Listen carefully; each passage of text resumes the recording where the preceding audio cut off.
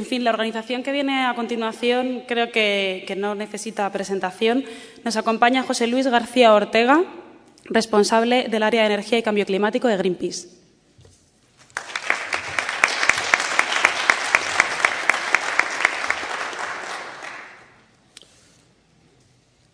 Gracias, buenas tardes. Y en primer lugar agradecer a SECE el habernos invitado a Greenpeace a exponer por qué apoyamos la iniciativa legislativa popular para averiguar cuáles son los costes del sistema eléctrico. A lo que me voy a referir es por qué hemos llegado a esta situación y qué tiene que ver, por qué una organización como Greenpeace está apoyando una iniciativa como esta. El problema de la energía no es, fundamentalmente, no es un problema de coste.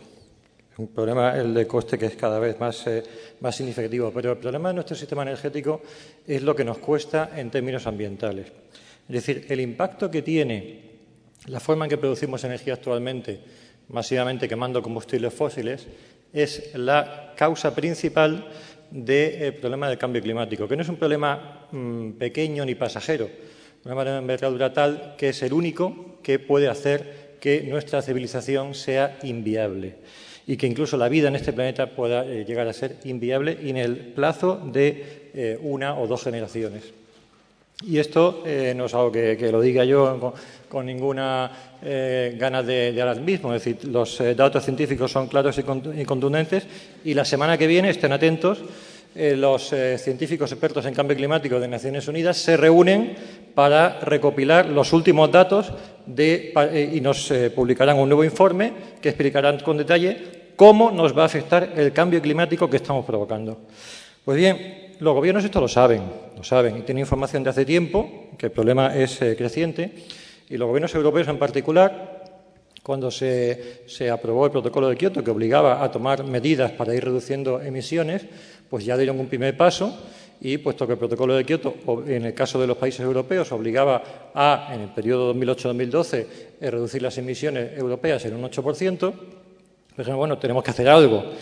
Y ese algo pensaron que era cambiar el sistema energético, puesto que es la principal causa del problema. Como el compromiso de reducir emisiones era pequeñito, se pensó cambiemos el sistema energético un poquito. Entonces se abordó un objetivo por el cual las energías renovables en el año 2010 tenían que llegar a un 12% de nuestra producción de energía. Como el problema del cambio climático seguía creciendo, hubo nuevos compromisos internacionales que se negociaron ya en el horizonte 2020. Entonces, la Unión Europea presentó un nuevo paquete, el paquete 2020, en el cual se asumía un nuevo objetivo de reducción de emisiones que ya subía al 20% para 2020 y además se acordó como objetivo específicamente que las energías renovables tenían que subir también su contribución al 20% en 2020 y además un objetivo de mejorar la eficiencia energética, de ahorrar energía en un 20%. Eso se ha ido poniendo en marcha y eso, y se ha mencionado antes, todos esos objetivos y las directivas que han salido de ahí son las que han impulsado todo el desarrollo que hemos tenido de las energías renovables en los países europeos y en España en particular. Todos estos decretos y cambios de leyes que se han producido han sido para poder cumplir con esos objetivos. Pues bien, ahora estamos en la fase de dar el siguiente paso, porque no hemos resuelto el problema. El cambio climático sigue creciendo, el problema sigue sin resolver y, por tanto, los países europeos están reunidos, y de hecho mañana en el Consejo Europeo se volverá sobre esta cuestión para decir, bueno, con lo de 2020 no llegamos, tenemos que ir más lejos. Entonces se está discutiendo ahora mismo una propuesta para cuál va a ser el paso siguiente, qué objetivo nos fijamos para 2030.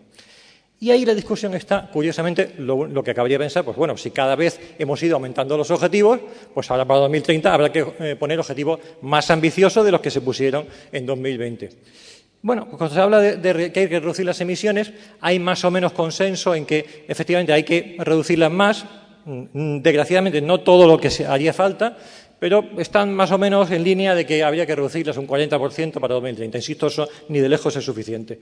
Pero curiosamente, cuando hablamos de los otros objetivos, es decir, lo que afecta a las energías renovables y a la eficiencia energética, no hay acuerdo.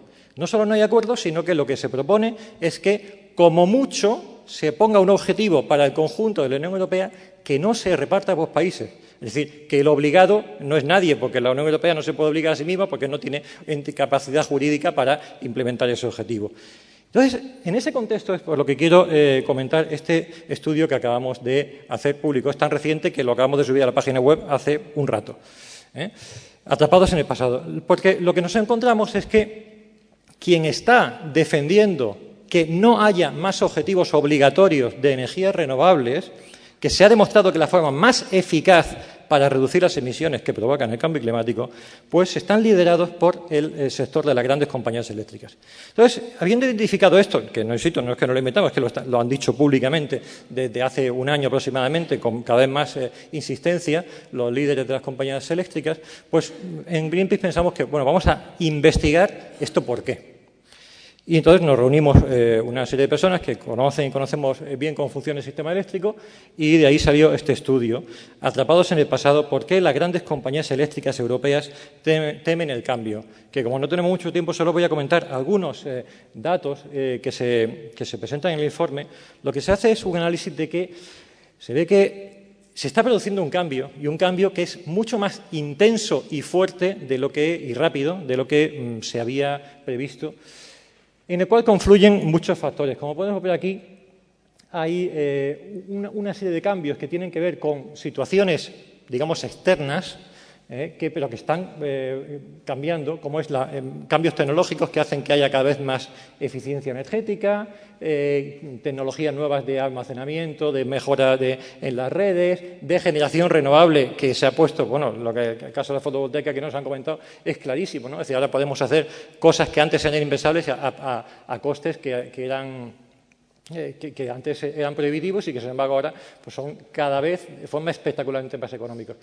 Ha habido la irrupción del gas de sacar de las piedras, el famoso gas de esquisto con la tecnología de fracking en Estados Unidos, que aquí han tomado nota, pero al revés, pensando, si lo hacen ellos, ¿por qué no lo hacemos nosotros? Cuando la nota que había que tomar, es decir, esto que han hecho en Estados Unidos lo que ha provocado ha sido una liberación de carbón al mercado, que ha invadido el mercado europeo, y nos estamos quemando carbón que nos está haciendo que nuestras emisiones, en vez de bajar, vuelvan a subir. O han sucedido desastres como el de Fukushima, que ha puesto ya de forma, si alguien lo dudaba, la energía nuclear como absolutamente inviable, ¿no? Insostenible e inasumible.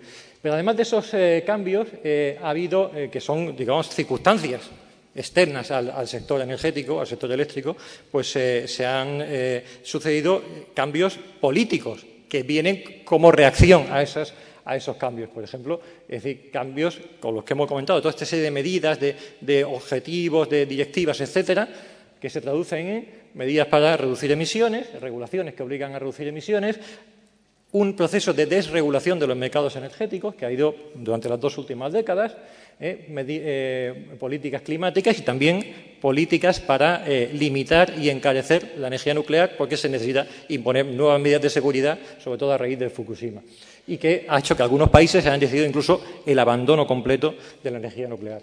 Bueno, pues todos esos factores que vemos ahí reflejados, lo que han dado como resultado, consecuencias que afectan al sector eléctrico, pues por un lado, que los costes de generación, los costes de producción de energía con las tecnologías de siempre son cada vez más elevados.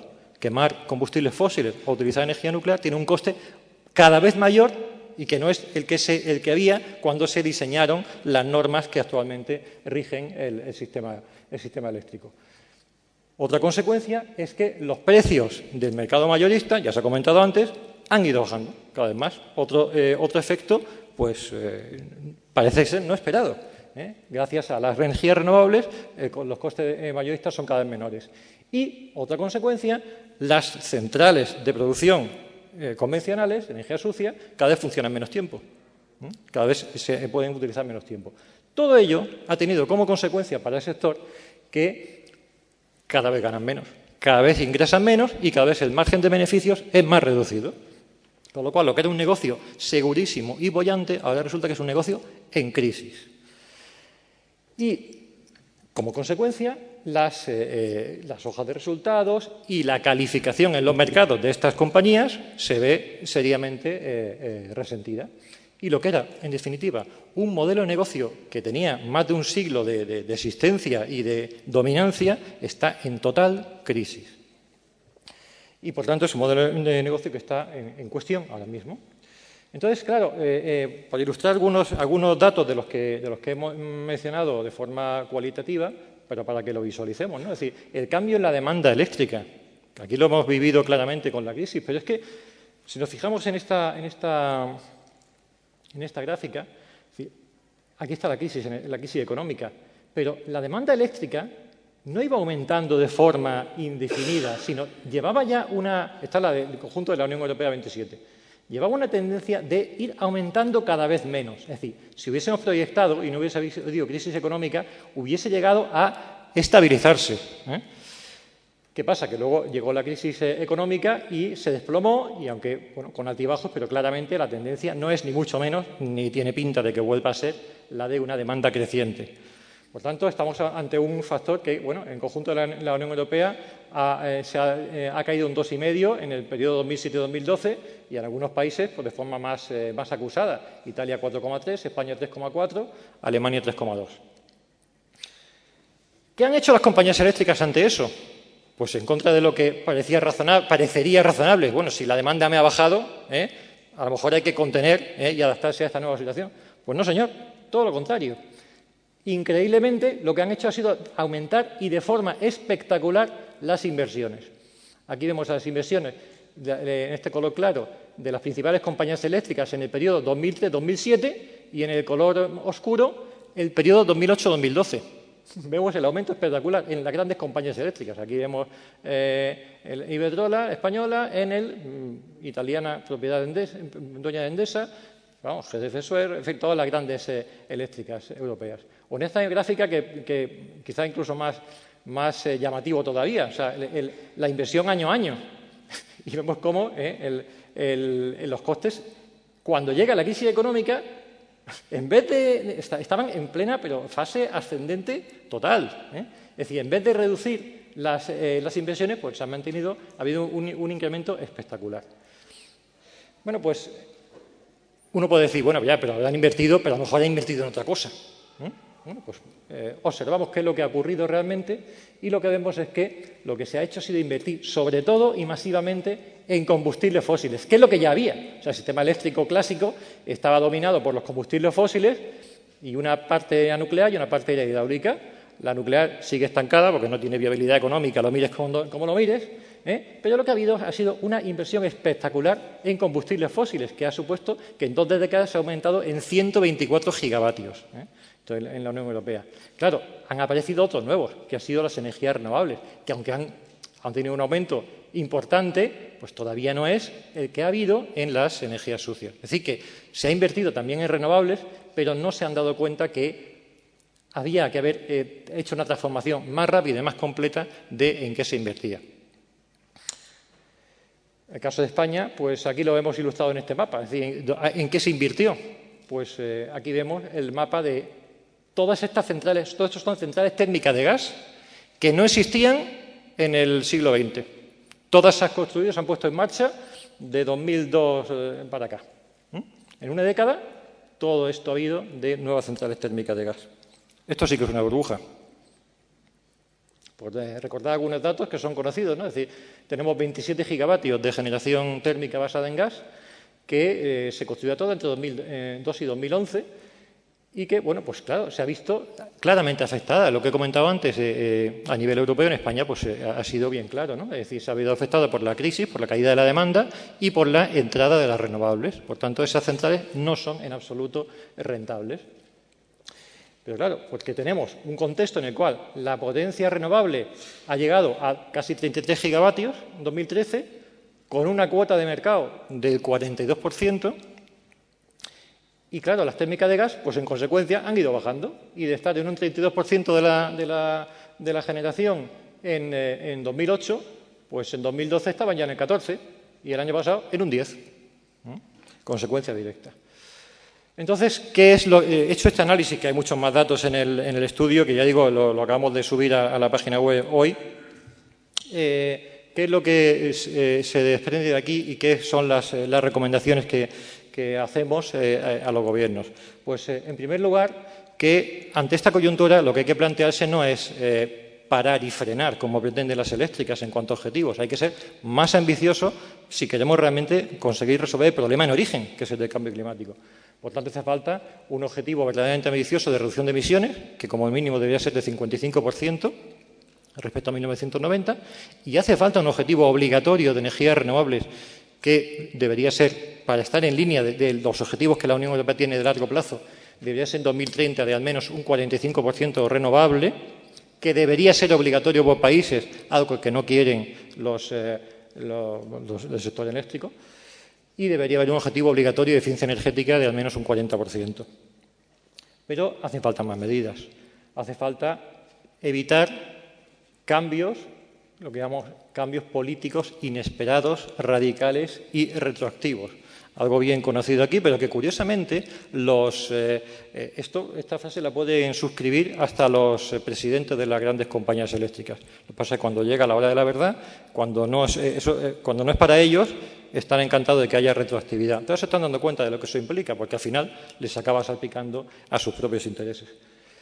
Hace falta que haya un apoyo a mecanismos efectivos de apoyo a las energías renovables. Esto está ahora en discusión en la Unión Europea, pero está en discusión porque hace falta, es reconocido que hace falta aumentar la contribución de las energías renovables, y la discusión es en cuánto y cuáles son los mecanismos, pero una cosa es cuáles son los sistemas de apoyo que ha habido hasta ahora, que han sido los más eficaces, los más eficientes. Curiosamente, el sistema de apoyo que teníamos en España, en Alemania y en otros países, era el más eficiente. Y bueno, pues ahora se puede discutir cuál es el mecanismo nuevo más eficiente, que no debería ser muy diferente al anterior, para seguir impulsando las energías renovables. Pero lo que no debe estar en discusión es que hace falta un mecanismo de impulso para que siga ese proceso, que afortunadamente va muy rápido, de reducción de costes, hasta que no haga falta ningún tipo de apoyo. Hace falta, en cuarto lugar, eliminar las barreras a un sistema eficiente y renovable, y evitar pues toda la presión que hay ahora por parte de las grandes eléctricas a que haya la introducción de mercados de capacidad. Mercado de capacidad y esto se refiere al caso de España, tasas y peajes que penalizan a las renovables. Confirmo lo que se ha dicho anteriormente. Ha causado verdadero asombro cuando se ha mirado el caso de España. Han dicho, peaje de respaldo por tener energía solar que te produces para ti mismo. ¿A quién se le ha ocurrido esto? Ya cuando explicamos qué fue Iberdrola y tal, pues decían, claro, entonces eso confirma en lo que estamos viendo en este análisis. Quinta medida que hace falta, pues hay que abolir las subvenciones y las ayudas a las tecnologías insostenibles, a las tecnologías de generación térmica y nuclear.